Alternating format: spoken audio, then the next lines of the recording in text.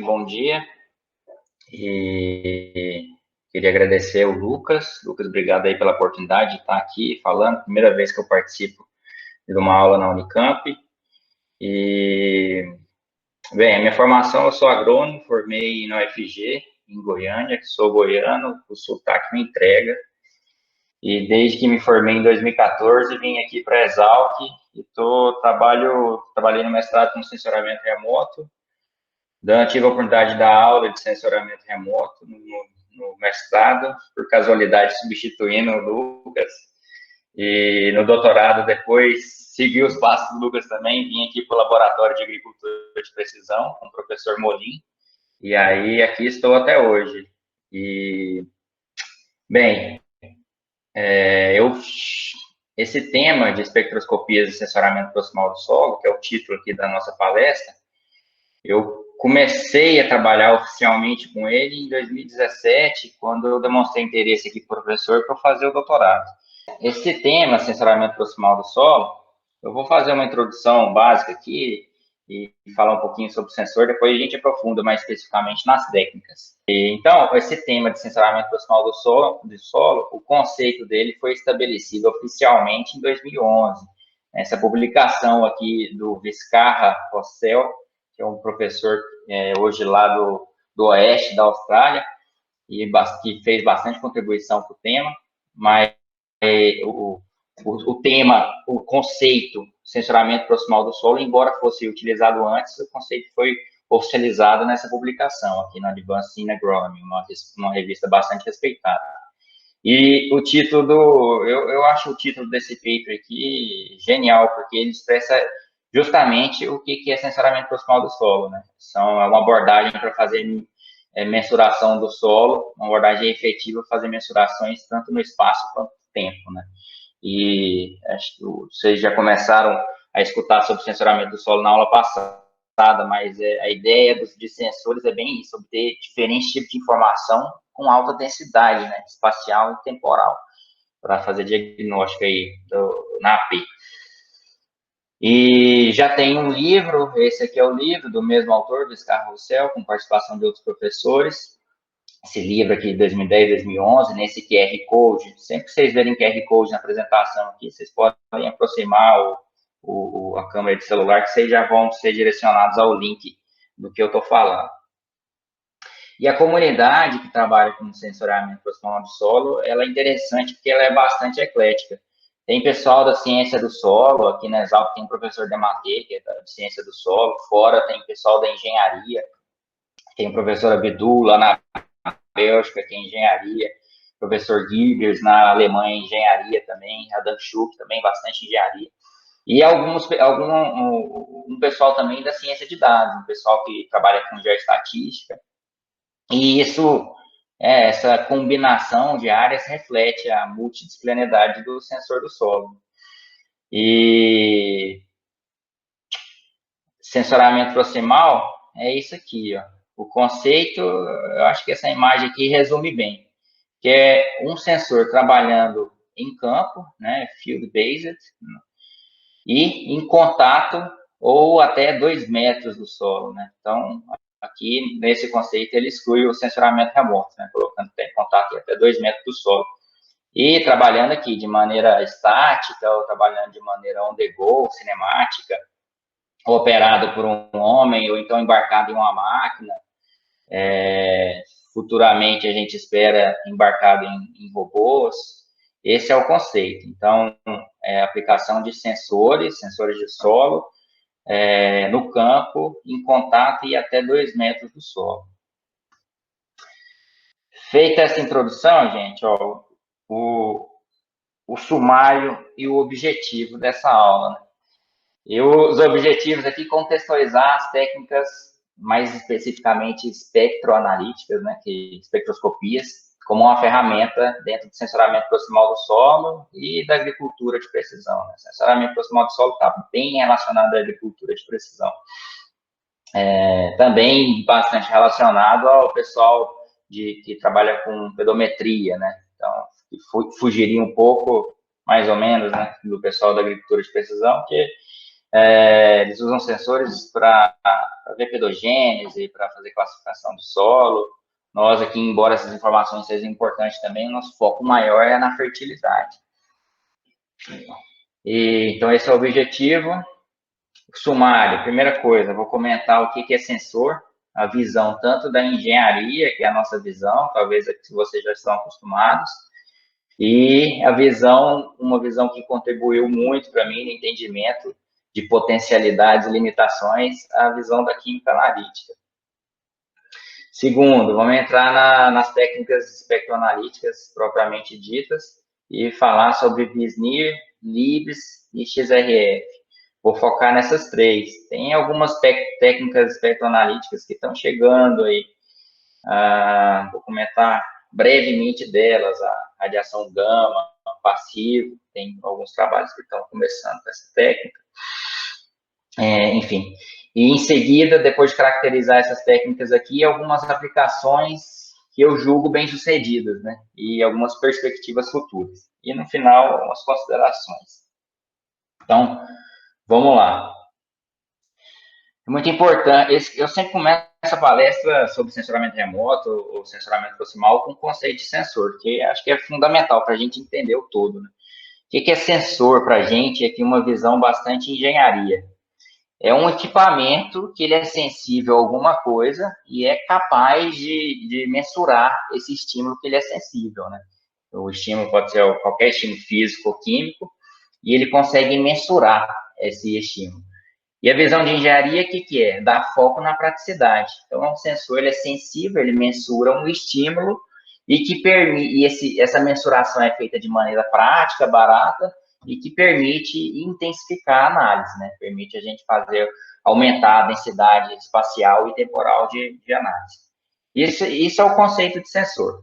Na agricultura, de maneira geral, sensoramento proximal ou remoto. Então, é um equipamento que consegue mensurar alguma coisa. E essa análise, essa mensuração é realizada de maneira prática e permite, se é prático, é mais barato, é mais rápido e permite aumentar pontos por hectare, aumentar a densidade espacial. Visão de sensor e engenharia. E aí eu cheguei com essa visão de sensor de engenharia lá para o pessoal do Sena, que ia me ajudar com XRF, com LIDS, e pedi para o professor Hudson, professor, eu queria usar esse sensor seu de XRF aí, de fluorescência de raio-x, e ele riu, né, quando eu falei sensor. Oi, por quê? Não, é que vocês lá da engenharia ficam chamando um espectrômetro de fluorescência de raio-x de sensor, né? Tudo vocês chamam de sensor. Como assim? Isso não é um sensor? Não, isso é um espectrômetro de fluorescência de raio-x. É um instrumento que permite conduzir uma técnica que já tem uma base científica imensa atrás, que é a técnica de fluorescência de raio-x, e que a caracterização dessa técnica de fluorescência de raio-x é que ela é uma técnica de análise direta de sólidos. Como assim, né? Aí eu já comecei, então, sensor, para eles é uma técnica de análise direta de sólidos. E é isso. O que é uma técnica de análise direta de sólidos? É uma técnica analítica que permite analisar a amostra sólida. Então, analisar a amostra sólida, a gente não vê no primeiro momento, mas significa que essa amostra não está passando por preparo de amostra. Essa amostra não precisa, na forma sólida, ela já pode ser analisada, já pode fazer inferências. Não precisa passar por uma digestão, não precisa passar por uma solubilização, que, né, a química úmida, de maneira geral, para se fazer as inferências, né? E é bem isso, a visão de química analítica para os sensores que a gente está acostumado, vocês podem ver, todos os sensores que a gente utiliza no sensoramento proximal são técnicas de análise direta de amostras sólidas. Então, são técnicas que são compatíveis de fazer inferências sobre a amostra sólida em si. Isso significa que a amostra não precisa passar por pré-processamento, não precisa passar por química úmida, né? Então, isso de não passar por pré-processamento é o que traz a praticidade dos sensores que a gente utiliza, né? Porque a amostra sólida a gente já faz, já analisa, né? Não precisa fazer digestão, quem já foi para laboratório sabe, tanto que isso é ponendo a tempo e é trabalhoso. Então, essa é a visão de química analítica de sensor, técnicas de análise direta de amostras sólidas, né, ou então química seca, né, dry chemistry, que evita os procedimentos tradicionais da química úmida. E se evita os procedimentos tradicionais de química úmida, que dá umidade para essa química úmida? Né? São os reagentes, né, é ácido, são coisas que são poluentes. Então, se evita usar esses reagentes, é uma coisa que tem o seu apelo de sustentabilidade, né? São técnicas compatíveis também com green chemistry, né? Que é o pessoal está falando de química verde. Então, veja só, a gente simplifica na engenharia, a gente simplifica as coisas, que a gente tem essa pegada mais prática, né? A gente precisa de densidade, a gente precisa de dar fluxo ali. E aí a química analítica já desacelera a gente e dá mais, são mais metódicos no conceito como um todo.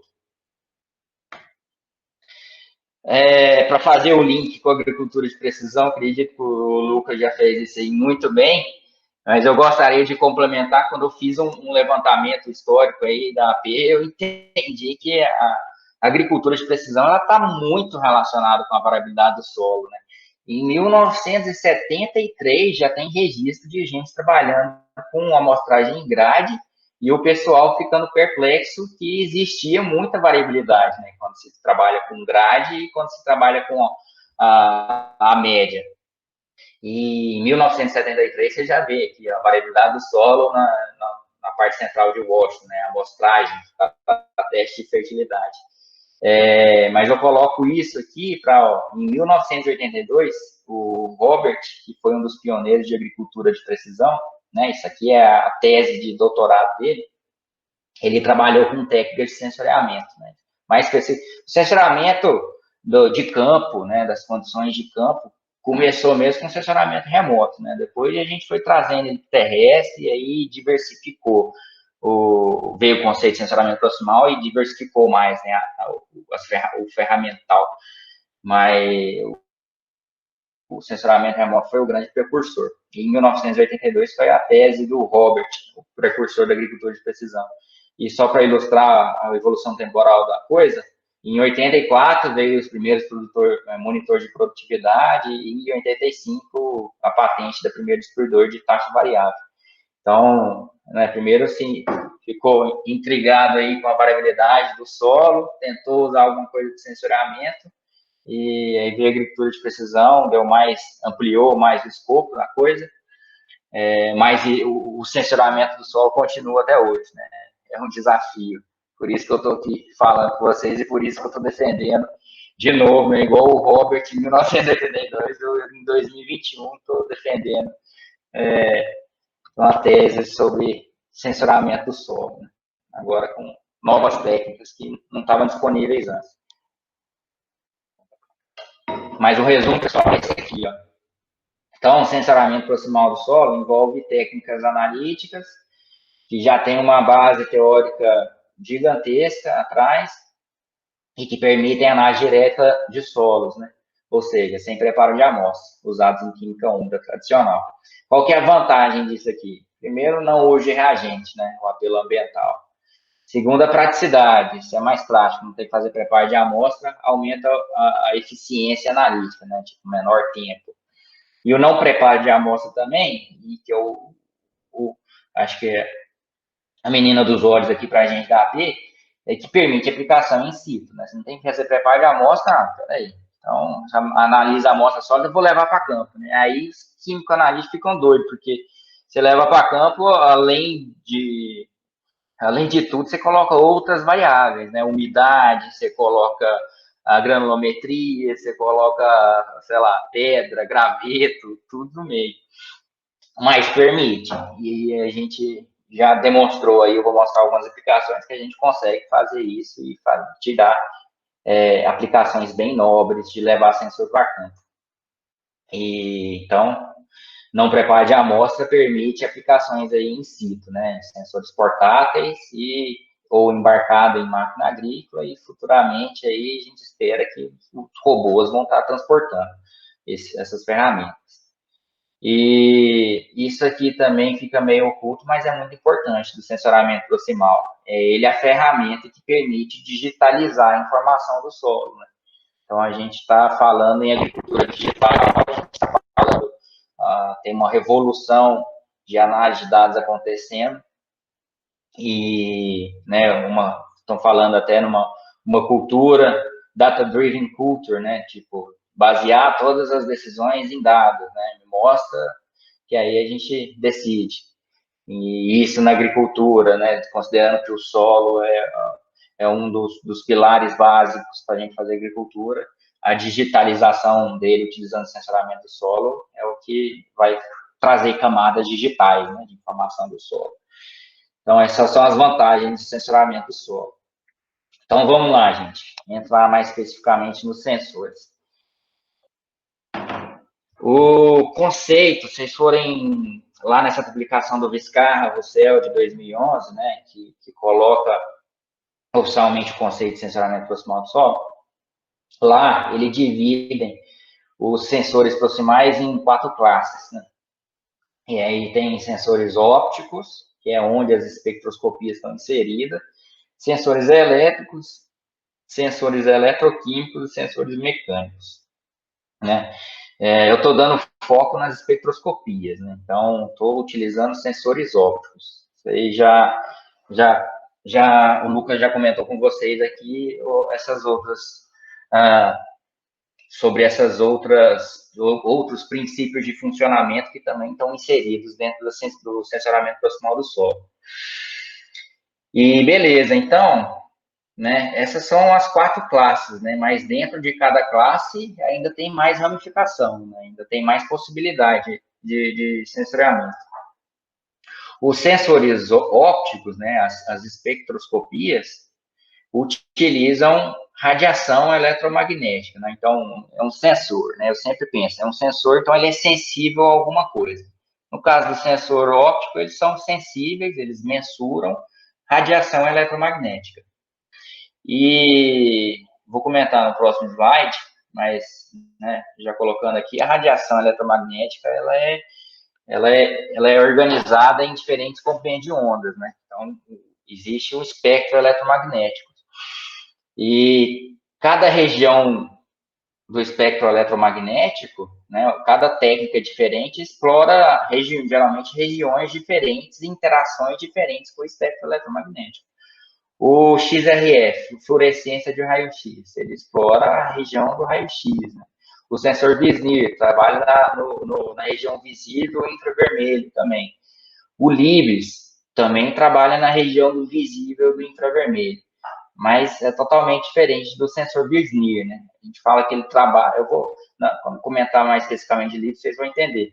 Mas o Libres, ele é uma fonte de laser, que é no NIR, então a fonte de laser é NIR, não tem nada a ver com reflectância. É a fonte de laser só para queimar a amostra, só para fazer uma ablação e gerar um plasma. E esse plasma, ele é medido também por um espectrômetro. Então, não tem nada a ver com a interação clássica da energia do Visnir com o Sol. Estou colocando isso só para entender como eu vejo espectroscopia de uma maneira muito bonita, né? Muito romântica, porque as interações são inúmeras, né? Mesmo com a mesma região, NIR, né? Você consegue explorar interações da radiação com a matéria de maneiras diferentes. E, então, né? Deixa eu passar para cá. Radiação eletromagnética é uma parte da física e não é nada trivial. Eu entendia bem aquela parte da física newtoniana, né, mecânica, força, atrito, quando eu estava no ensino médio, eu mandava bem nesse negócio. Agora, quando tinha a parte de ótica, parte de elétrica, magnetismo, eu me enrolava, né? E isso é porque é diferente, a gente começa a lidar com coisas que a gente não enxerga, né? Mas para entender sensoramento proximal, sensoramento remoto, eu coloco para vocês aqui que não precisa muita profundidade. É claro que quanto mais profundidade que você der, melhor. Mas, basicamente, para ter um entendimento básico das técnicas, vocês têm que saber 2 coisas. Uma delas é que a radiação ela é dividida no espectro, né? Então, essa luz branca que vem do Sol, ela é policromática. Na luz branca ali tem a região do visível, tem a região do infravermelho, né? Tem a região do ultravioleta. Então, a radiação ela pode ser dividida, e essa divisão, como vocês estão vendo aqui, ela pode ser organizada em função do comprimento de onda ou da frequência. Isso, né? Em função do comprimento de onda da frequência. E cada região, a segunda coisa que vocês têm que saber, cada região do espectro aqui tem uma interação diferente com a matéria, né? Então, tem uma interação diferente com o objeto que está sendo analisado. E quanto menor o comprimento de onda, né? Então, quanto menor, chegando mais, saindo do NIR, chegando mais próximo do ultravioleta, raio-x, raio gama, diminui o comprimento de onda. Quanto menor esse comprimento de onda, mais energético é essa interação, mais energia tem a radiação eletromagnética. Então, basicamente, o que vocês têm que saber para entender a espectroscopia é isso. Existem diferentes comprimentos de onda, que são diferentes partes da radiação eletromagnética, e diferentes regiões interagem de maneira diferente com os alvos, né? E quanto menor o comprimento de onda, mais energético é essa interação. Além de caracterizar a energia, além de caracterizar o espectro eletromagnético como comprimento de onda, né, que acho que vocês já estão mais acostumados, né, quem trabalha com sensoramento remoto utiliza praticamente só comprimento de onda, e tem uma maneira também que é através da energia. A energia também pode ser utilizada para caracterizar o espectro eletromagnético. E nos espectros de fluorescência de raio-x, o eixo X ali é energia, não é comprimento de onda. Vocês vão ver. Deixa aqui um vídeo muito interessante mostrando, comentando um pouco mais sobre radiação eletromagnética. Na verdade, discute se luz é uma partícula ou onda. Hoje a gente já entende que existe uma dualidade, às vezes ela se comporta como onda, às vezes como partícula. Mais um vídeo aqui para vocês verem a profundidade do negócio. Então, beleza. Então, espectroscopia trabalha com radiação. Então, eles mensura a radiação em seus diferentes comprimentos de onda. E isso aí traz informação para a gente, porque cada comprimento de onda, cada parte da radiação interage de uma maneira com a matéria. Beleza, interage de uma maneira, então está trazendo informação diferente. Isso aí. Se a gente está mensurando radiação, alguma coisa é fonte dessa radiação, né? E as fontes de radiação dos sensores que eu vou comentar com vocês são essas, né? O VISNIR, a mesma fonte de radiação que a gente utiliza no sensoramento remoto, né? A mesma não, porque no sensoramento remoto passivo utiliza-se o Sol, né? Em alguns instrumentos do sensoramento proximal também, mas na maioria deles a gente simula a radiação solar com uma lâmpada halógena, né? Que é uma fonte de radiação que tem esse comportamento aqui, ó. Ela emite principalmente a radiação aqui no ultravioleta e no infravermelho. Mais de 90% da radiação emitida pelo Sol e por lâmpadas halógenas estão nessa região. Comprimento de onda aqui do visível infravermelho, 400 até 2.500 nanômetros. O LIBS, como eu comentei com vocês, também trabalha com essa região. Na verdade, deixa de ser policromático, né? É um espectro contínuo assim, e passa a ser pontual. Então, o LIBS, a fonte de radiação, é um laser focado ali num comprimento de onda específico. No caso, o que eu vou mostrar aqui para vocês é focado no NIR, em 1040 nanômetros. Só que o diferencial dele é que ele tem uma potência muito alta, é megajoules aqui que a gente está falando. Porque a função dele é gerar um plasma, né, no caso do LIBS. E o XRF trabalha com uma fonte de radiação também, policromática, só que na região do raio-x. Interessante é que a fluorescência de raio-x, nos seus primórdios, a fonte de radiação era um elemento radioativo. Então, imagina isso, né? Hoje não, hoje é um tubo de raio-x, que é isso aqui que vocês estão vendo. É um cátodo e um ânodo, né? Então, coloca-se uma diferença de potencial aqui, e faz com que os elétrons, um fluxo de elétrons, salte, né? Não tem filamento aqui, tem uma distância, mas isso fica em vácuo e os elétrons saltam do cátodo para o ânodo, né? E quando choca com o ânodo, esse ânodo aqui pode ser de diferentes materiais, geralmente o mais comum hoje está sendo o ródio, mas existem outros materiais. Quando esses elétrons chocam com o ânodo, gera raio-x, né, devido a essa alta diferença de potencial aqui, algo em torno de quilowatts, né, 50 quilowatts, 40, 30, 20, diferença potencial alta, tensão alta. E isso aqui, o tubo de raio-x, faz gerar radiação de fluorescente raio-x. Então, a partir do momento que a gente tirou da tomada, desligou o equipamento, não é mais radioativo, tá? Não está emitindo o tempo inteiro, igual antigamente que se utilizava né, o elemento em si, radioativo. Então, essas são as fontes de radiação artificial que a gente vai utilizar nessas espectroscopias. E vamos começar aqui, espectroscopia Wisnir. Espectroscopia Wisnir, o bacana dela é que a gente pode trabalhar com ela tanto de maneira proximal quanto no sensoramento remoto, né? Imagens de sensoramento remoto também explora a reflectância difusa, né, na região do visível e do infravermelho próximo. Basicamente, o que os sensores registram é a radiação que foi refletida, né? O que acontece aqui, né? Então, aqui eu estou colocando o Sol como fonte de radiação, mas no caso do sensoramento proximal, uma lâmpada halógena, ela está emitindo aquela radiação que eu mostrei para vocês, no visível e infravermelho próximo. A radiação incide no alvo e, ao incidir, interage. A gente tem dois tipos de interação quando se trata do visível e infravermelho próximo. Mas, enfim, ao interagir, parte é absorvida, parte é transmitida e parte é refletida. A parte refletida é o que nos interessa, né? Porque é o que o sensor registra. O que a gente observa, o que a gente estuda no sensoramento utilizando a reflectância difusa de sensores Wisnir, né, na região do visível infravermelho próximo. A gente estuda a reflectância. O que é essa reflectância?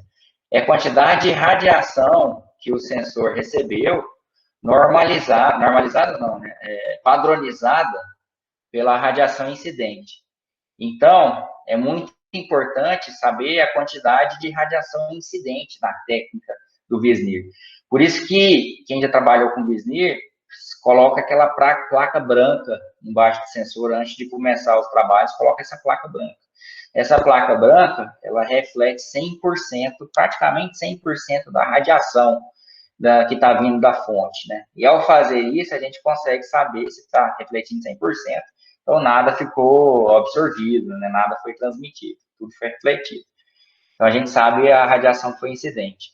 Então a reflectância, que eu vou comentar com vocês, nada mais é do que a energia, o fluxo, né, de energia refletida dividido pelo fluxo de energia incidida, multiplicado por 100, em porcentagem. Esse fluxo de energia refletido, se eu calibrei o sensor aqui com, né, a energia que está incidente em uma geometria de aquisição, né, X, vamos colocar aqui 15 graus, né? Se eu mudei essa geometria aqui, eu tenho que calibrar de novo, porque a geometria precisa ser deixada constante e ela é muito importante, porque ela influencia no fluxo de energia aqui. Então, um dos fatores que influenciam na espectroscopia de reflectância difusa no visível infravermelho próximo é a geometria de aquisição de dados. E quando eu falo fluxo de energia, eu estou simplificando o negócio, né? Mas a unidade disso aqui é watts por unidade de área e pelo ângulo da geometria, né? Mas a gente trabalha de maneira simplificada de reflectância. Então, uma vez que foi feito isso aqui, ó, então coletou a radiação refletida, normalizou, padronizou ela pela radiação incidente, você tem a reflectância. E a reflectância do solo, ela é basicamente influenciada por três fatores. Aqui eu coloco esses fatores que influenciam o albedo. O albedo é a intensidade como um todo da radiação. três fatores aqui influenciam, principalmente, né, três fatores influenciam o albedo. O primeiro deles é a umidade. À medida que eu aumento a umidade do solo, né, eu aumento a absorção, eu diminuo a reflectância. Então, a umidade é um fator que influencia no albedo como um todo, de espectros Wisnir do solo. Do solo e qualquer coisa, a espectroscopia Wisnir é bastante sensível à umidade, de maneira geral. A textura, ela influencia também no albedo. Solos mais argilosos têm albedo mais baixo, tem intensidade de reflectância mais baixa. Solos mais arenosos têm intensidade de reflectância mais alta. Isso aqui, no sensoramento remoto, está um pouco relacionado com a umidade também, porque solos mais argilosos tendem a absorver, tendem a reter mais água, né? Então, a própria umidade ajuda a baixar o albedo do solo. E solos mais arenosos, por outro lado, tem outros aspectos que influenciam também, por exemplo, solos mais arenosos é comum a presença do mineral quartzo, e o quartzo tem uma comportamento de reflexão com uma intensidade maior. Então, né, estou, né, pensando no sensoramento remoto, mas esses dois aspectos aqui foram obtidos em laboratório. Solo mais argiloso tendem a ter a reflectância mais baixa também. E o terceiro fator que eu coloco aqui é a matéria orgânica. A matéria orgânica também influencia no albedo como um todo, principalmente na região Wisnir, mas a influência também chega em comprimento de onda até 2.500. E a influência da matéria orgânica é a mesma coisa da umidade. Quanto mais matéria orgânica, quanto mais escuro é o solo, menor, mais abaulada, menor é a intensidade de reflectância. Ô, Thiago, um ponto legal de comentar aí, gente, é que essas curvas espectrais aí são todas isolando o fator que o Thiago está falando, né? Então, o gráfico da umidade é só variando a umidade, é o mesmo solo. O de textura, ele falou, é em laboratório, então é seco, então não tem o efeito da umidade, é só o comportamento por conta da textura. O de baixo, só matéria orgânica. E aí no campo a gente tem tudo isso e mais um pouco misturado, né? Por isso que não é nada simples. A interpretação é muito dinâmica do espectro no campo em si. É muito dinâmica. Além, né, da influência no albedo como um todo, a gente tem no espectro algumas feições, né? Então, essas quedas, essas barrigas que formam aqui, são feições de absorção, né? São regiões onde a reflectância é menor. Então, significa que naquela região específica, o solo absorveu a energia por algum motivo. E qual que é o motivo, né, que o solo absorveu? De maneira geral, né, quando aqui estou também eliminando o efeito de umidade, estou eliminando efeitos externos, mas de maneira geral, na região do visível, tem bastante relação com o óxido de ferro. Né? Todas as feições aqui, bastante relacionado com componentes mineralógicos. Então, região do visível, bastante relacionada a óxido de ferro, até 900 nanômetros aqui, mais ou menos. 1400 e 1900, que no sensoramento remoto são regiões bastante limitadas, porque tem a influência da umidade, né, a umidade da atmosfera. Quando a gente leva para o laboratório e tira a umidade, a gente consegue explorar essas regiões aqui para predizer minerais de argila, 1:1, 2:1. Essa feição de caulinita aqui em 2.200, que é bastante típica, ela forma esse degrau, essa é uma feição de caulinita, e tem uma feição de gibsita aqui em 2.260. Essas feições, se vocês pegarem, né, no dia que tiverem oportunidade, pegam um espectro de solo, né, com uma população, né, um conjunto de dados, e com um conjunto de dados desses minerais. Se vocês plotarem uma correlação, né, por mais que a gente, na teoria, coloca aqui essas feições de caulinita, minerais específicos, nem sempre a correlação vai se apresentar. Nem sempre a correlação vai se apresentar. Poxa vida, por quê? É porque o espectro do Wisnir, vocês vão ver que é muito diferente do espectro do XRF do LIGS. Ele é altamente não específico, né? Por mais que a gente dê a especificidade aqui, ele não é específico. Né? Vocês pegarem, eu tenho um livro aqui do professor Batista, né? Aqui tem uma tabela, né, de 2.200, pode ser uma feição, ó, 1.400, pode ser caulinita, pode ser monte morelonita, pode ser irrita. Então, é não específico. Além de não ser específico, essas feições podem ser mascaradas, né? Como comentei lá, se eu tenho umidade, mascara a feição. Se eu tenho matéria orgânica, o espectro também vai mascarar a feição.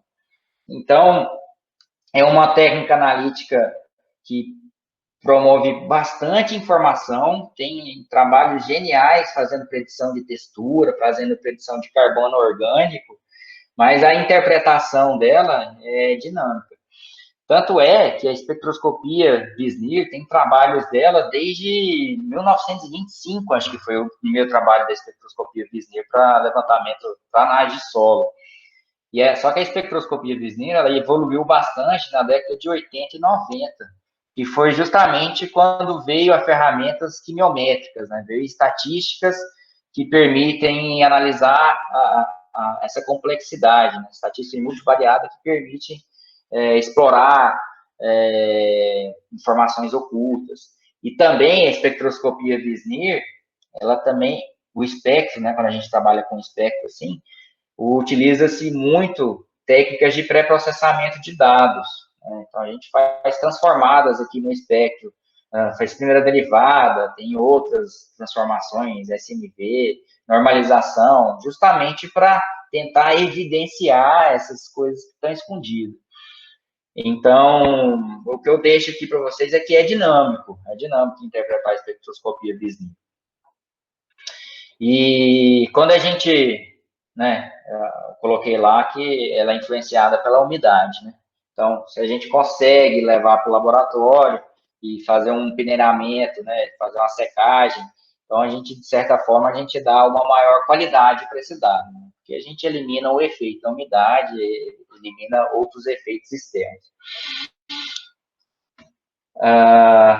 Então, desempenho de sensores Wisnir para atributos de solo, tem muito trabalho mostrando. Eu sugiro, esse trabalho aqui é bastante clássico, ele tem 958 citações. Depois, aqui tem um QR Code para acessar ele, também da Advanced Agronomy. Mas, basicamente, consegue uma predição bacana para a mineralogia, né? E a mineralogia está bastante relacionada à textura. Consequentemente, a gente prediz bem textura. E como a matéria orgânica influencia, principalmente ali na região do visível, modelos para predição de matéria orgânica, carbono orgânico, e coisas relacionadas a isso, o nitrogênio, né, está bastante relacionado, então se consegue predições satisfatórias. Beleza, vocês vão ver que em alguns casos tem predição para fósforo, tem predição para carbono, tem predição para cálcio, para potássio, né, para macronutrientes. E isso aí acontece quando esses elementos estão correlacionados com a matéria orgânica, estão correlacionados com a textura. O professor Abdul Moazen, lá na Bélgica, ele tem trabalhos, eu vou mostrar um trabalho dele, trabalhos geniais, mapeando, utilizando espectroscopia Wisnir, o fósforo no campo. E, de fato, ele mapeia o fósforo no campo. Por quê? Lá na região tem muita matéria orgânica e a matéria orgânica está relacionada com o fósforo naquela região específica. Então, a nível local, ele conseguiu fazer um mapeamento e viu com alta densidade de informação e utilizou abordagem de agricultura de precisão. Beleza. Então, só um último comentário que eu vou colocar aqui, né? Então, a espectroscopia Wisnir é a única das três que eu vou colocar aqui que já tem aplicações de campo para mapeamento dentro da agricultura de precisão. XRF também tem aplicações de campo, mas até hoje eu nunca vi um mapa de fertilidade de XRF. Mas a espectroscopia Wisnir tem diferentes patentes em diferentes lugares do mundo. Tem uma patente da Veris nos Estados Unidos, tem patente do Shibusawa lá no Japão, tem patente na Bélgica do professor Abdul, desses equipamentos aqui, ó, um espectrômetro da região do Wisnir que trabalha em campo. Quando eu vou para campo com isso aqui, né, eu tenho principalmente, né, dentre outros efeitos, eu tenho o efeito da umidade. Então, quando eu estou trabalhando em campo, eu tenho um efeito da umidade. Ou eu vou tentar trabalhar no solo mais seco possível, ou então eu vou utilizar alguma técnica que para mitigar o efeito da umidade. Então, você já viu o trabalho que é fazer análise com espectro Wisner, né? Então, estou falando aqui que quando eu vou para a câmara, ainda preciso de uma outra metodologia para tirar o efeito da umidade. É isso aí, eu acho que é um dos motivos por que a espectroscopia Wisner de campo existe desde 90 e ainda não está comercial, né? Que é bastante dinâmico, sei, simplificar tudo isso. Mas já existem equipamentos comerciais, eu vou colocar aqui para vocês o exemplo de um que a gente tem aqui no laboratório, que é o da Veris, que é esse aqui. Ele é o espectrômetro vai aqui em cima. E ligado aqui embaixo, né, onde vai a ponta do detector e a lâmpada, que é a fonte de radiação, tem uma fibra ótica, né? Essa fibra ótica está vindo e tem uma lampadinha aqui nessa haste sulcadora e a ponta da fibra ótica para coletar a informação. E aqui, para isolar, a gente tem uma janela de safira, que é mais resistente e evita arranhar, né? Evita arranhar, mas às vezes a gente vai para campo e olha lá embaixo, está sujo desse jeito aqui. Mas esse é o equipamento, é o nosso equipamento em operação. Então a haste, né, o equipamento vai ligado nos 3 pontos do trator, a gente abaixa, a haste, né, aprofunda aqui mais ou menos 10 centímetros no solo. É muito importante que a gente faz um ajuste para que não entre radiação externa, porque se entrar radiação externa, corrompe o dado, a gente tem que eliminar o dado depois. Então, o ajuste aqui dessa haste para ficar em contato com o solo ali onde ela está raspando é muito importante. E o espectrômetro está coletando informação a uma frequência de 1 Hz. Então, um dado por segundo, você tem aquele espectro Wisner, do visível até 2.200 aqui nesse caso, nanômetros. Voltando para a modo apresentação, então, o resultado final dessa coleta de dados, que foi lá em Campo Novo Preciso, no talhão agrícola, é isso aqui, ó. Mas está plotando, o que você está plotando aqui? Eu estou plotando a primeira componente principal daquela série de espectros. E relacionou muito bem com a textura do local. Então, sensoramento proximal do solo, né? Dados em alta densidade espacial. Com isso, eu encerro a espectroscopia. Luiz, vocês querem perguntar alguma coisa? Não sei o pessoal aí, mas você mostrando esse exemplo, Thiago, vocês fizeram algumas relações desse tipo de sensor com condutividade, por exemplo, para textura? Nossa, eu fiz demais da conta. Eu, inclusive, tenho uma opinião quanto a isso, né?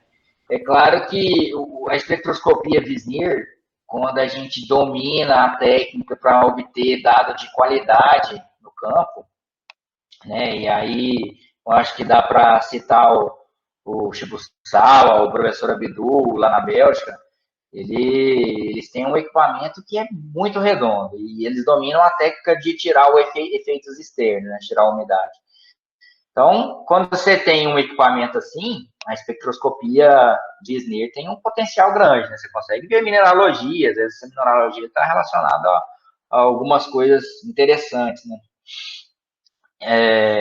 A condutividade elétrica ela está relacionada com a umidade e a umidade geralmente relacionada com a textura ali, né? Então é aquilo, é a capacidade, a condutividade elétrica é a capacidade do solo conduzir corrente elétrica. Então é isso, espectroscopia Wisner, reflectância difusa no visível no infravermelho próximo, tem feições de minerais, está relacionado com matéria orgânica na região do Wisner, e a intensidade do espectro como um todo, como textura. Então tem um pouquinho mais de informação no espectro de Sneer, né?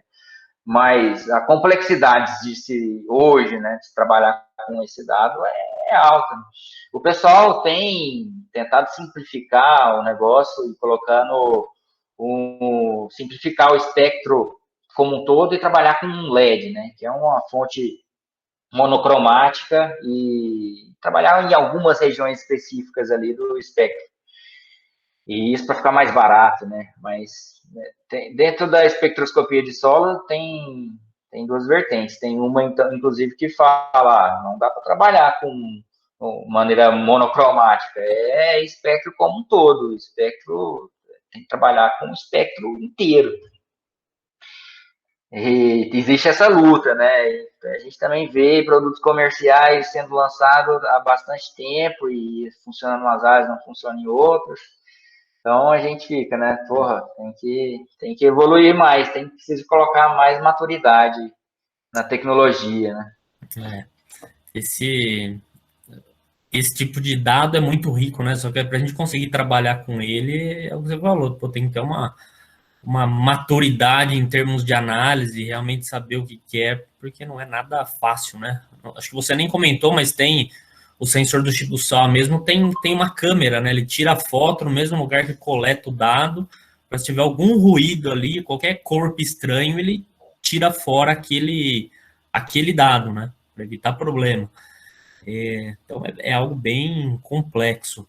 Eu tô vendo inscrições aqui, temos 3 mãozinhas levantadas. Vamos tentar Nossa agilizar senhora, essas mãozinhas aí. tem um Vamos lá. XRF livre ainda, hein? Então, vamos lá.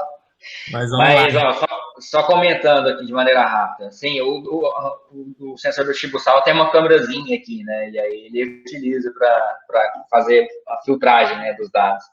Tem algum pessoal que só olhando o espectro já fala que já consegue filtrar e não precisa dessa câmera.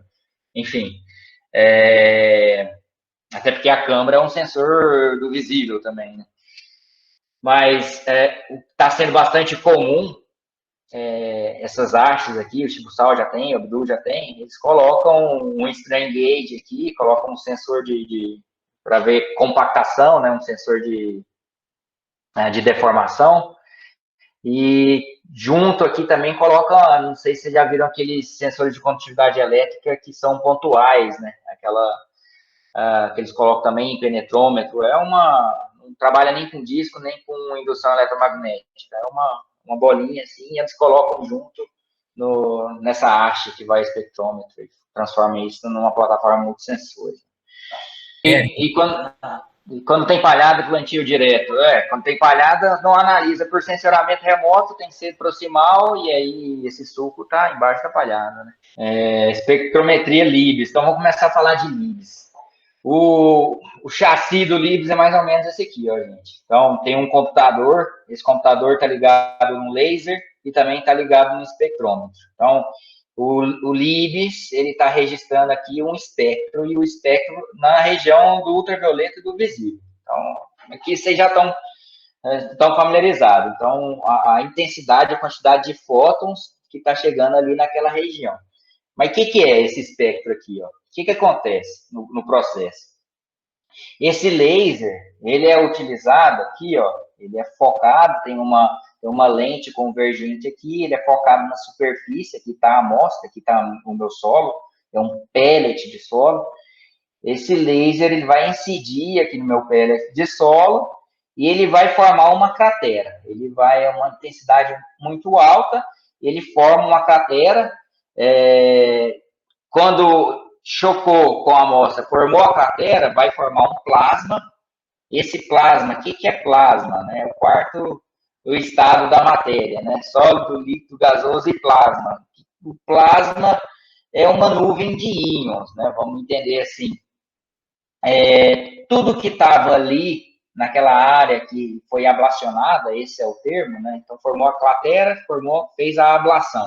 Tudo que está de massa de amostra naquela região foi ablacionada, se transformou em plasma, né? Então vários átomos ali que viraram plasma, e esse plasma ele é focalizado para a ponta de uma fibra óptica também e levado até um espectrômetro. Esse espectro é registrado, portanto, um espectro. Esse espectro aqui, gente, ele é ele é de análise elementar. O que é isso? Ele vê os elementos, cada linha de emissão dessa aqui, né, que seriam, no espectro de Wesner a gente fala a feição, aqui a gente fala linha de emissão. Cada linha de emissão aqui é relacionada a um elemento específico.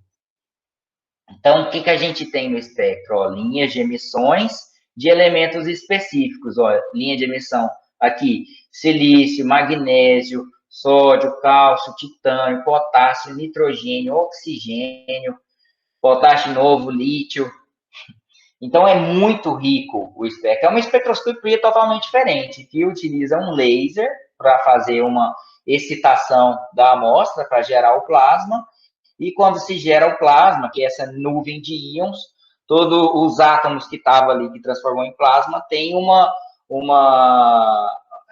emitem uma radiação, né, no UV vis, e tem uma assinatura específica, né? Então, todos os potássios que estavam ali naquela região X ali que foi ablacionada, vai ter linhas de emissão de potássio. São várias linhas de emissão de potássio, várias de ferro, várias de cálcio. Para vocês terem uma noção, a gente está falando aqui, né, então, o que era o dado no Wesner? Então, a intensidade, né, em cada um dos comprimentos de onda. Geralmente, ali a gente tem uns 300 dados, né, de comprimento de onda. Aqui a gente tem dezenas de milhares. O espectrômetro do trabalho tem 54 mil dados. É muita informação, é muito rico aqui, essa informação. Então, esse aqui é o processo. O laser é direcionado, ele é focalizado na superfície da amostra por uma lente. Esse laser chocou, ele vai gerar um plasma, né? Esse plasma relacionado aqui à área da superfície, uma área também bastante superficial e pontual, né? A análise do laser é bastante pontual. Gerou-se o plasma, esse plasma é registrado com um espectrômetro, e a informação que tem nele são linhas de emissão de elementos específicos. E a intensidade da emissão de cada linha está relacionada à concentração do elemento. Então, é uma análise elementar, ou seja, né, análise de elementos químicos. Resolução extremamente alta, ó, geralmente menor que 0,1 nanômetros. O ideal menor que 0,01 nanômetros. O espectrômetro que a gente utiliza no Senna tem 0,03, se não me engano.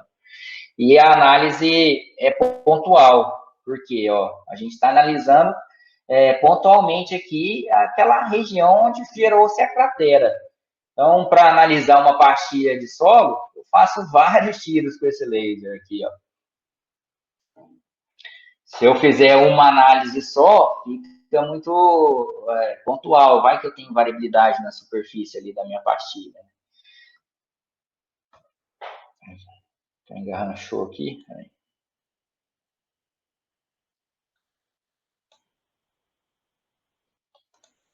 Aí foi. Beleza. Isso aqui, gente, eu estou simplificando. O negócio é um pouquinho mais complexo, porque para trabalhar com esse sistema, existem alguns parâmetros importantes, algumas condições instrumentais que são ajustáveis. Eu vou passar de maneira rápida por elas, para a gente ir mais para a aplicação. Mas só para vocês terem uma noção que é um pouco mais complexo aqui o negócio. Então, alguns parâmetros importantes relacionados ao laser. Ó. O número de pulso, esse laser é pulsado. Aí trabalha, vocês vão ver um vídeo ali, faz e são pulsos. Você pode configurar a quantidade de pulsos acumulados, 10, 20, 30. O pulso dura alguns nanosegundos, então para a gente é instantâneo praticamente. Mas eles podem ser acumulados. E quanto maior a quantidade de pulsos acumulados, maior a intensidade de emissão de cada uma daquelas linhas de emissão. Então, o mais alto aqui vai ser o pico, né? Uma relação sinal-ruído maior. Um outro parâmetro importante é isso aqui, é a fluência, que é a energia do laser por área. Então, o laser tem uma energia específica, eu já falei que essa energia é bastante alta, nesse aqui 65 megajoules, e quando ele é focalizado na superfície da amostra, ele está incidindo numa área específica, então tem uma energia por área. Os equipamentos portáteis que estão vindo, geralmente ele tem uma energia mais baixa, e para conseguir uma fluência mínima necessária, ou seja, fluência é energia por área, para conseguir uma energia por área mínima, eles, o que eles fazem? Eles deixam mais pontual ainda a análise. Ele diminui a área para que a energia por área fica numa condição satisfatória para gerar o plasma.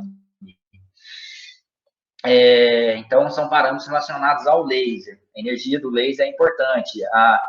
O sistema óptico que vai focalizar também é importante, porque a influência, a energia por área é importante. O computador aqui é muito importante porque ele regula todas essas variáveis. Variáveis do espectrômetro que são reguladas, né, e controladas pelo computador. Existe um tempo de atraso. O que é esse tempo de atraso? Depois que tem o pulso do laser, precisa esperar alguns microsegundos, né? Esperar microsegundo é uma beleza, né? Esperar alguns microsegundos para que o espectro seja coletado. Porque se a gente coletar num tempo de atraso curto, eu tenho esse tipo de emissão aqui, ó, um background, um espalhamento muito alto, né? Então, quase não dá para ver as linhas de emissão. E se for muito longo, o espectro esfria, o plasma esfria e a intensidade de emissão também diminui a intensidade. Então, precisa configurar esse tempo de atraso aqui. Então, são todos parâmetros que são otimizados. Deu uma trabalheira lascada utilizar esse equipamento aqui, precisou de gente especializada para coletar os dados do doutorado. E também tem o tempo de integração, que é o tempo que o espectrômetro vai ficar aberto coletando a radiação. Esse tempo de integração ele também existe na espectroscopia visível, mas ele é um pouco ignorado, né? Porque não é tão importante. Ele só se padroniza o tempo de integração, que é o tempo que o espectrômetro fica aberto, coletando radiação, mas ele pode ser otimizado, né? Quanto maior o tempo de integração, também vai ser maior a intensidade. Então, deixa eu mostrar esse vídeo aqui, esse é o sistema lá do Senna funcionando. Ó, vocês vão ver, aqui tá o laser, então ele está passando por essa lente, a amostra está aqui, ó, a amostra de solo, é um pellet de solo. E aqui está a fibra ótica levando até o espectrômetro.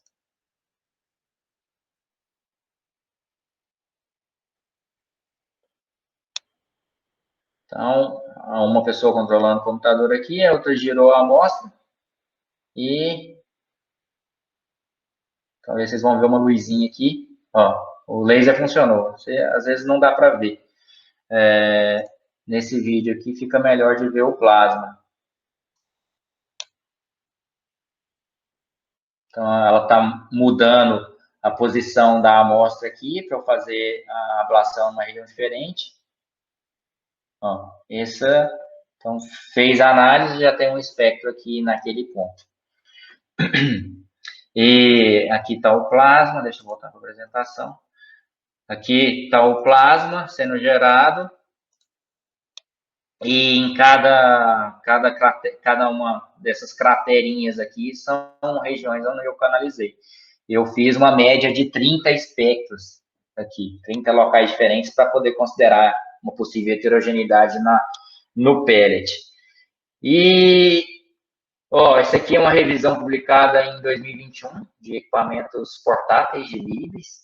O Libes começou-se publicações dele, começou a aumentar na década de 90, 2000 aumentou mais, 2010 foi exponencial, de 2000 até 2010, 2020. E agora está vindo bastante equipamentos portáteis, né? Então eles estão dominando a tecnologia para colocar isso tudo num equipamento pequenininho. E aqui eu coloco dentre esses anos aí que eu tive trabalhando com a técnica, eu conversei com muita gente e isso aqui é um consenso que a gente chegou, né? O Libes é uma técnica fantástica, quantidade de informação assim muito grande, linhas de emissões de vários elementos, você consegue analisar nitrogênio, oxigênio, carbono, que são elementos que a gente não consegue analisar no XRF, por exemplo, vou comentar agora. Mas a grande limitação do LIBS é que é por uma questão de estequiometria. Para os modelos serem reprodutíveis, aquelas ablações, aquelas crateras, elas precisam ser iguais, elas precisam ser, o termo é congruente, elas precisam ser iguais para que o modelo, para que o espectro de fato represente os elementos ali presentes na amostra. Então, para que a análise, para a cratera ser homogênea, para ela ser reprodutível, para analisar metal, para analisar rocha, beleza, a amostra está sólida ali, né? Então, a superfície, de certa forma, tá homogênea ali e a ablação pode ser congruente, né?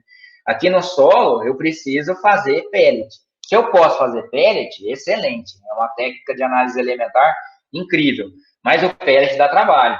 E aqui, ó, para dividir a culpa, estou já dividindo ali com o Galvão, que já, né, ele só já colocou a limitação do LIBS. Mas, ó, tem outros autores, esse Jantzen, publicado em 2016. Esse cara aqui é espetacular, ele tem muito trabalho com LIBS. E a conclusão desse paper, ó, eu vou deixar aqui para vocês, mas depois vocês deem uma lida, o slide vai ser compartilhado. Ele faz uma crítica muito ácida para o pessoal que fala que o LIBS não precisam de pré-processamento. O pré-processamento, né, que o pessoal geralmente considera, é química úmida, né, fazer digestão. De fato, o LIBS não precisa. Mas o pré-processamento para criar um pellet de sólido, né, quando a gente está trabalhando com amostra pulverizada, precisa fazer um pellet. Para se fazer um pellet é moagem, imagina moer quartzo. Eu danifiquei o moinho do pessoal lá do Sena moendo minhas areias. E é trabalhoso isso aqui. Fazer pellet precisa de equipamento, precisa de moinho. O moinho não é qualquer moinho, é um moinho que permite ficar com uma granulometria muito pequena. Alguns materiais, mesmo diminuindo a granulometria, precisa de um material aglutinante, um material inerte. Geralmente a gente usa celulose, né? Tem que ser alguma coisa que não vai colocar nenhum químico ali que vai interferir na análise. Mas precisa do aglutinante, alguns materiais, para se prensar e fazer uma amostra de pellet. E se não fizer isso, não sei como é que vai ser reprodutivo. Já conversei com o pessoal o Gibers, o Lucas conhece, é o pessoal lá da Alemanha, né, trabalha com agricultura de precisão também, que é um trabalho bastante conhecido na Science de agricultura de precisão, enfim, uma das referências da área. Eles estão trabalhando com o LIBS portátil lá. E nas duas publicações que eles fizeram, eles usaram pellet também. E no final do paper deles, eles comentam, é uma técnica muito boa, serve para análise elementar, a gente consegue fazer alguma predição de nutrientes, quando tem relação total disponível, mas precisa desenvolver a parte do preparo de amostra, para permitir analisar, utilizar o LIBS em amostra de solo solto, porque a gente não vai conseguir, na agricultura de precisão, a gente não vai conseguir fazer pellet. Essa é a grande chave. XRF, ele também é uma análise elementar, você vai ver que o espectro é bem parecido com o do LIBS, com uma resolução muito menor e com uma limitação que não analisa elementos que têm número atômico inferior que o do magnésio. Né? Então, não analisa oxigênio, carbono, nitrogênio. Mas a grande vantagem do XRF frente ao LIBS é a sua flexibilidade quanto ao preparo de amostras. Isso aqui foi o primeiro trabalho que a gente fez, né, publicado em 2019. E, titulado Simplificação do Preparo de Amostra para utilizar o XRF. O que a gente viu? O que a gente analisou? Analisou o pellet, que seria a forma ideal para fazer o XRF, porque não tem rugosidade, então tem um efeito físico aqui, né, de atenuação. A homogeneidade é muito maior no pellet, né? E a densidade é maior. Então, tudo isso melhora o sinal ruído da técnica. Pellet é considerado também o melhor preparo de amostra de solo solto. Para analisar solo solto, a melhor forma de preparo para XRF também é o pellet. Mas a gente comparou o pellet com o solo solto, 2 milímetros, do jeito que vai ali no vizinho, do jeito que vai para o laboratório. Isso aqui é uma análise de... Isso aqui é uma foto do cálcio, como é que está na amostra. E o que a gente vê? A gente vê que no solo solto a heterogeneidade das coisas é muito maior, né? Então, o cálcio, né, olhando especificamente o cálcio, é o coeficiente de variação aqui muito alto, e a gente vê os nuggets que eles falam, né? As pelotas aqui, onde o cálcio está mais concentrado. Quando a gente faz a moagem, beneficia, além, né, da superfície que vai ficar plana, você melhora muito a homogeneidade do material como um todo, né? Então, porque você quebra esses pellets e homogeneiza. E a gente analisou os dois, coletou o espectro do XRF e fez a calibração para predizer cálcio disponível e potássio disponível também, que eu estou mostrando só o cálcio. Mas o resultado é o seguinte, ó, de fato o pellet é mais eficiente, R quadrado maior, 0,90, e o erro um pouquinho menor. Mas o solo solto, ó, o R quadrado diminuiu 0,84 para 0,84 e o erro aumentou um pouquinho. Ainda é satisfatório. Então, de certa forma, dá para ignorar. A gente viu que dá para ignorar esse preparo de amostra aqui ideal e dá para trabalhar com um solo solto 2 milímetros. Beleza. Como é que o XRF trabalha, então? Ele é um tubo de raio-x, que é a fonte de radiação, é esse tubo de raio-x ali, e um detector. A amostra está aqui. Então, o tubo de raio-x está mandando essa radiação aqui para a amostra. Como é que gera essa radiação? Então, coloca uma tensão, uma diferença de potencial grande, né, entre um cátodo e um ânodo. Os elétrons saltam ao chocar com o ânodo, geralmente é tungstênio, tem outros materiais, gera-se radiação de raio-x, né, gera esse espectro contínuo aqui de radiação. E quando o raio-x interagem num elemento específico, ó, vamos pensar nesse elemento aqui, esse aqui é o cálcio, por exemplo. Quando essa radiação, que a gente chama de radiação primária, que vem do tubo de raio-x, interage, chega no elemento, chega no cálcio, ele interage com os elétrons que estão mais próximos ao núcleo. E ele expulsa esse elétron aqui, ó. Ao expulsar esse elétron, o átomo não pode ficar com um elétron faltando ali perto do núcleo. E o que acontece? Ele fica excitado e para voltar a ter elétron próximo ao núcleo, ocorre um efeito de cascata aqui e um rearranjo de elétrons. Esse rearranjo de elétrons, para voltar ao estado não excitado, emite radiação na fluorescência, emite a fluorescência de raio-x. Então, o que a gente coleta aqui no detector é a fluorescência de raio-x, que a gente fala que é a radiação secundária, né? A primária é a que vem do tubo, né? Gerado dessa maneira aqui. E a secundária é que cada elemento gera depois que ele volta do estado excitado para o estado normal. E o que a gente tem é um espectro de raio-x aqui, e esse espectro, linha de emissão, ó, igual lá no LIBS, só que com uma quantidade bem menor de linha de emissão. E essas linhas de emissão, que são características de cada elemento, ó, alumínio, silício, aqui do arsênio, devido à atmosfera, se não trabalhar com vácuo, você vê alguma coisa da atmosfera, principalmente arsênio. O potássio aqui, ó, uma linha de emissão bastante reduzida, mas o suficiente para a gente trabalhar com ela, pelo menos nas amostras que eu trabalhei. Cálcio, titânio, manganês, ferro, níquel, cobre, tudo isso aqui são uma fluorescência que gerou naquele fenômeno que eu apresentei para vocês. E, além da fluorescência, né, que está relacionada com a concentração do elemento da amostra, tem também no final do espectro ali, ó, de 18 até 23 kV, essa unidade aqui é energia, tá, em kV. Tem também uma outra parte que é o espalhamento. Então, ó, deixa eu voltar ao slide. Então, essa energia que vem do ródio, aqui, ó, esse ânodo que eu utilizei é de ródio. Então, esse raio-x que vem do ródio, parte dele não interage com a amostra e ele é espelhado, ele é espalhado, na verdade. E a gente registra isso no espectrômetro também, como linhas de emissão, no caso aqui, de ródio, né? Mas aí ocorre, você está vendo várias aqui, né? Porque ocorre algum efeito de espalhamento que chama efeito Compton, efeito Thomson. Espalhamento elástico e inelástico. Enfim, mas essa radiação aqui, ela está relacionada ao tubo e ela não é fluorescência de raio-x, ela vem do tubo. Mas ela também serve para caracterizar a amostra. E tem alguns trabalhos que isso aqui está bastante relacionado à densidade da amostra. Na verdade, é número atômico médio que eles falam. Dá para falar densidade de uma maneira mais simples para a gente.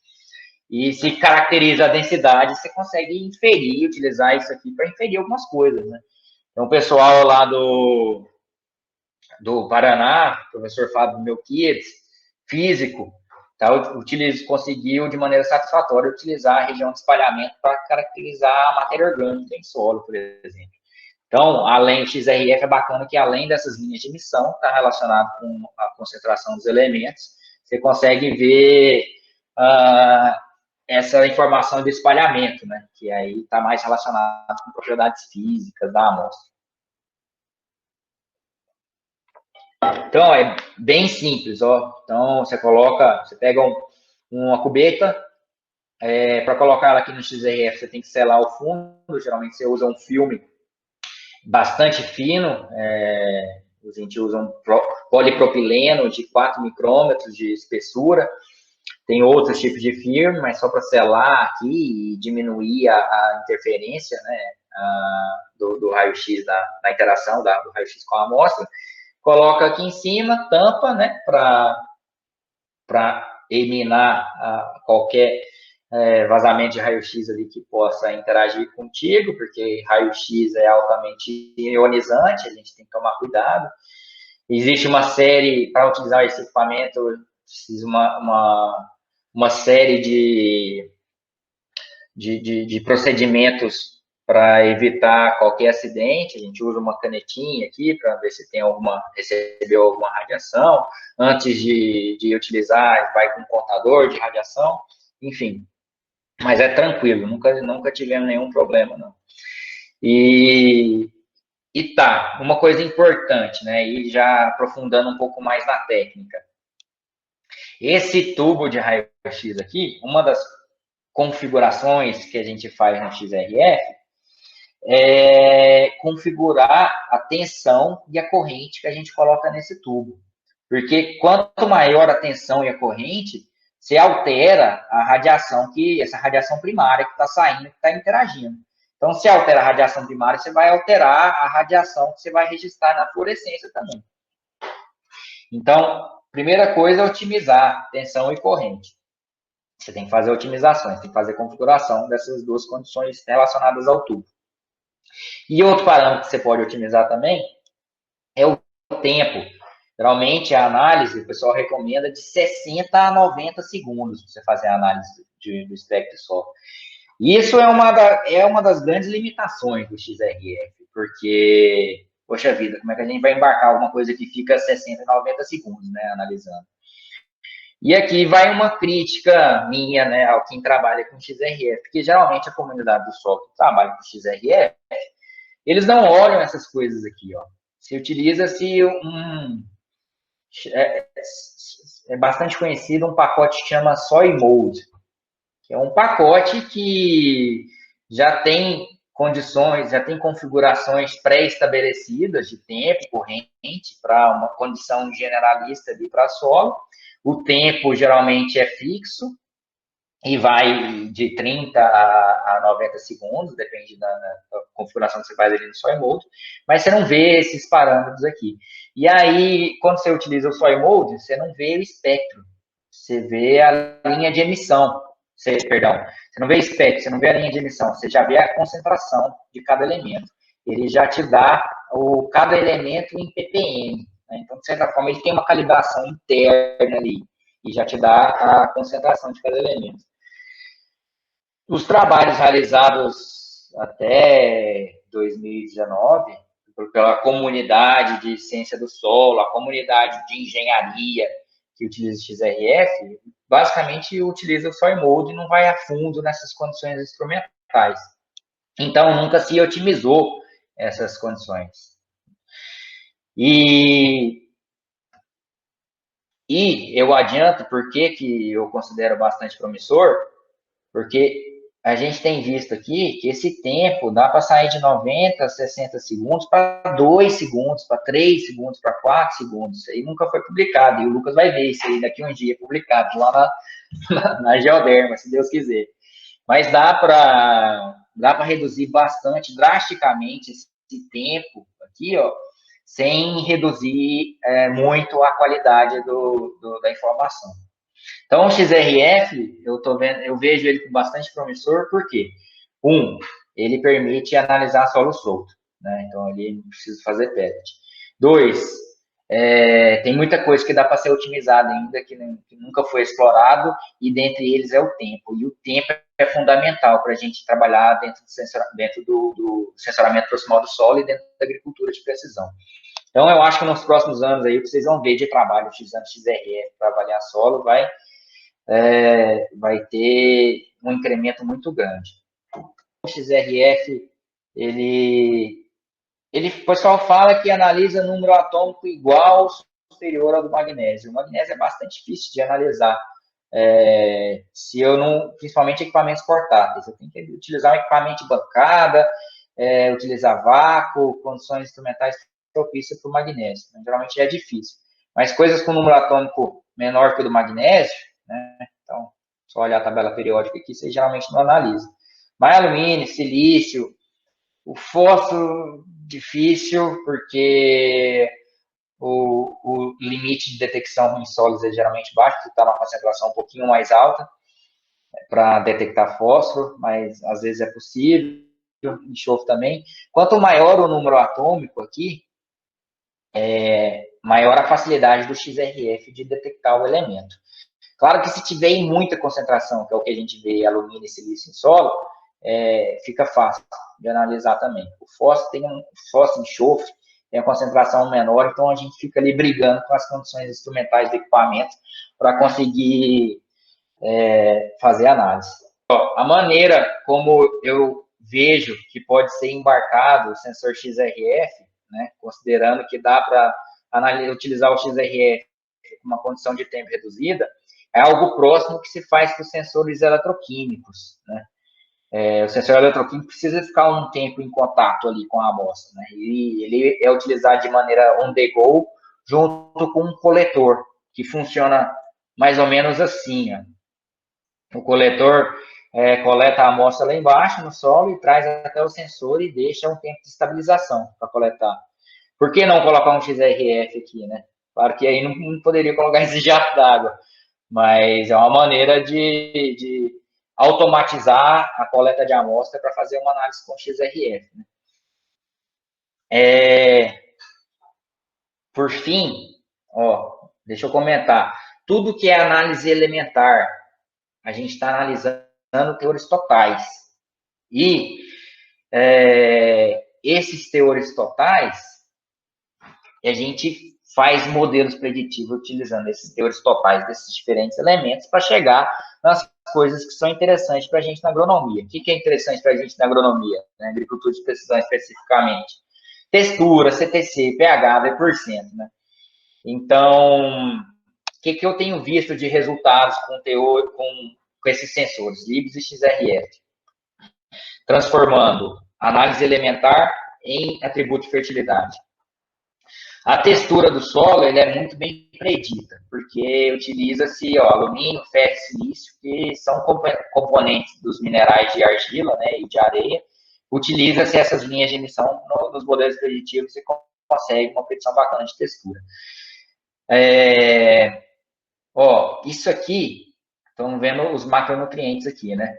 Isso, no eixo X é o teor total e no eixo Y é o teor disponível. Então, resina contra o ICP. Aqui eu não estou nem colocando o Libs ou o XRF, estou colocando o mais tradicional, o ICP.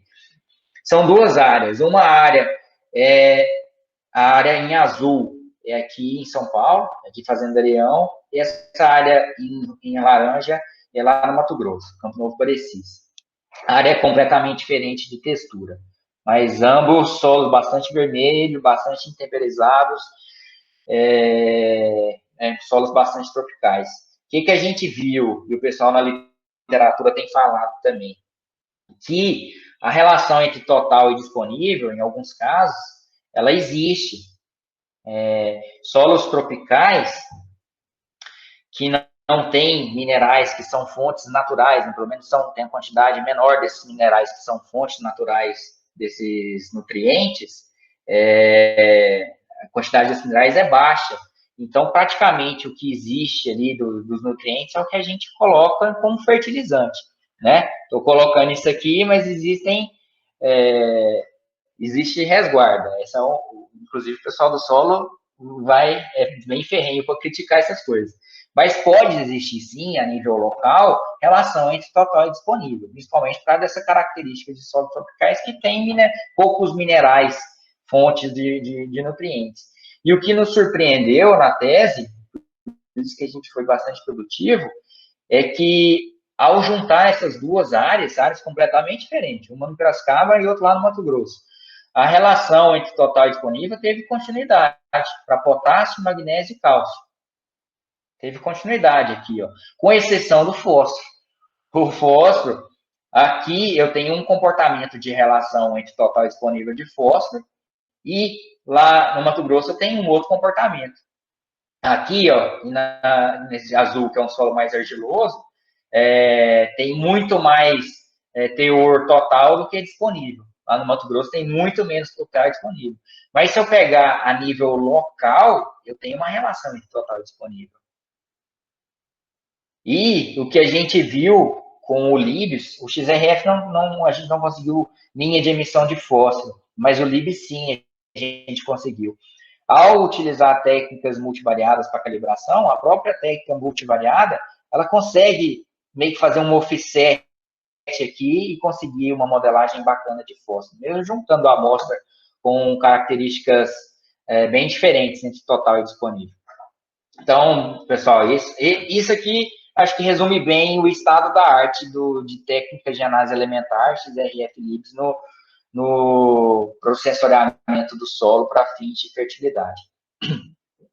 Aqui está o resumo, é o último paper que a gente publicou, a gente explorou cada uma dessas técnicas e também fez fusão de dados entre elas. Depois dá uma olhada aí nos resultados, mas basicamente isso que eu falei. O slide vou disponibilizar aí, o Lucas depois passa para vocês. Deixa eu colocar algumas coisas que eu acho interessante e fazer considerações finais, aí a gente encerra. Algumas aplicações aqui de sensoriamento proximal. Eu vou colocar aqui aplicações, principalmente sensores on the go, né? Porque, na verdade, é onde a gente quer chegar, né? Com todas essas técnicas, né? Principalmente o XRF, o Visnir aí, o Visnir já tem, mas o XRF a gente quer chegar para fazer aquisição em talhão agrícola dessa maneira. Mas como que a gente explora essa informação? Uma maneira muito interessante, que eu sempre comento, é esse trabalho do Sanches. O Sanches foi do grupo aí da Unicamp por muito tempo. Acho que fez mestrado, doutorado, não sei. Enfim, ele publicou esse artigo aqui na Scientology, ele utilizou condutividade elétrica. E ele fez... O que ele fez? Ele fez um mapa de condutividade elétrica, ele utilizou essa informação de condutividade elétrica para fazer uma amostragem inteligente, né, uma amostragem direcionada. Então, ele não utilizou um grid, uma grade regular. Ele foi ali nos pontos da condutividade elétrica e fez amostragens onde tinha as manchas. Beleza. Depois, ele cruzou a informação da condutividade elétrica com os dados da análise de fertilidade. E ele viu que a quantidade elétrica tinha relação com alguns atributos, né? Tinha relação, não lembro especificamente, mas o pH era um deles, né? pH, potássio, se não me engano. Então, o que ele fez? Ele utilizou métodos de geoestatística multivariado, mais especificamente ligagem com derivação externa, para interpolar as variáveis das amostras, das amostras de solo, né, que ele obteve, as informações que ele obteve do laboratório, pH e outros atributos, utilizando a condutividade elétrica como uma variável auxiliar para fazer uma cribagem, um mapeamento mais fidedigno. E ele mostrou nesse trabalho aqui que essa estratégia, essa abordagem, né, com amostragem direcionada, depois com geoestatística multivariada, o mapa era mais fidedigno que um mapa com uma densidade maior de pontos, utilizando um grid regular.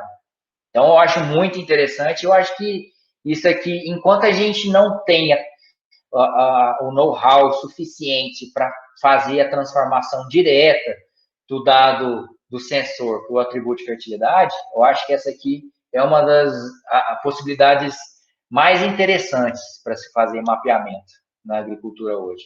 E aí você pergunta, a quantidade elétrica tem relação com o pH? Poxa vida, no primeiro momento não, né? A quantidade elétrica tem relação com umidade, textura, mas nessa área aqui específica tinha. E aí ele soube explorar muito bem essa relação do sensor com o atributo, para fazer um mapeamento mais fidedigno. Bastante semelhante é esse trabalho aqui do Abdul. O Abdul, professor lá da Bélgica, ele tem uma patente, essa plataforma multisensor aqui é uma patente dele, e também na mesma revista, em 2016, o que ele fez? Ele mapeou, aqui já usando um espectrômetro Wismir embarcado, ele mapeou fósforo, explorando essa relação indireta do sensor Wismir com fósforo naquela área. E aí, o que é muito interessante nesse trabalho é que ele volta na mesma área por 3 anos. Ele mapeia por 3 anos e ele faz aplicação em taxa variada de fósforo. E o que ele mostra é que, no primeiro ano, o coeficiente de variação do fósforo é 26%. No segundo ano, depois de fazer o diagnóstico utilizando o sensor e fazer a intervenção em taxa variada, reduziu para 25%. No terceiro ano, com essa abordagem, diminuiu para 16%. Então, de certa forma, você está fazendo o que a agricultura de precisão prega, né? Você está fazendo uma gestão otimizada ali. Claro que não vai reduzir 100% o coeficiente de variação, isso é impossível, mas de certa forma você vai controlar, porque você está otimizando o recurso ali que você está aplicando. E muito interessante esse trabalho do Abdul, inclusive recebeu premiação de melhor artigo lá da edição especial deles. O QR Code aqui está aqui para vocês acessarem depois. De aplicações futuras, pessoal, eu acredito que dá para utilizar esses sensores para a gente incrementar a densidade espacial de 2 maneiras. Uma delas é embarcado, vocês já viram, né? Embarcado seria o ideal, porque não precisaria nem coletar a amostra, né? Já está analisando ali diretamente no campo. E a outra maneira que eu acho que vai expandir em alguns anos é utilizando laboratórios móveis. Por exemplo, uma série de sensores aqui numa Kombi, num trailerzinho, fazendo análise. Isso aqui eu acho que vai ser aplicado. A partir do momento que a gente consegue fazer telemetria para campo e fazer uma análise na nuvem, eu acho que isso aqui nos próximos anos vai crescer um pouquinho mais. Qual que é a vantagem disso aqui? Diminuiria, né, os gastos com mandar a amostra lá para o laboratório na cidade para analisar. Mas, todavia, ainda precisaria coletar a amostra no campo. Laboratório híbrido, um pessoal está comentando, e aí já aplicado para o laboratório comercial lá na cidade, fazer algo híbrido entre métodos tradicionais e sensores, mais focado para reduzir reagente. Isso aqui, depois vocês olham, muito interessante essa matéria da FAO. A FAO está estimulando dry chemistry, né? Então, espectroscopias, que não trabalha com química úmida, justamente para esse apelo de não usar reagente. Depois deem uma olhada, que o recurso está aqui, e vamos encerrar, em cima da hora, 3 considerações finais que eu acho muito importante, gente. As técnicas de sensoriamento aplicada in situ, elas exibem bem a variabilidade espacial presente nas áreas agrícolas, né, porque tem uma alta densidade amostral de pontos, e nos auxiliam para a tomada de decisão, né, na gestão da zero-uniformidade. Isso aqui é o de praxe. Importantíssimo, entender minimamente o princípio de funcionamento dos sensores que vocês estão utilizando, para não superestimar o potencial, para saber a limitação. Isso é muito importante. E isso aqui, mais para a comunidade científica, a popularização depende da simplificação da ferramenta, né? É necessário criar sistemas inteligentes e simples de operar. Atualmente, ainda requer quantidade considerável de estatística e domínio de software para aplicação efetiva de sensoramento proximal. Então, são 3 considerações que eu faço depois do que foi exposto, e eu agradeço aqui, gente.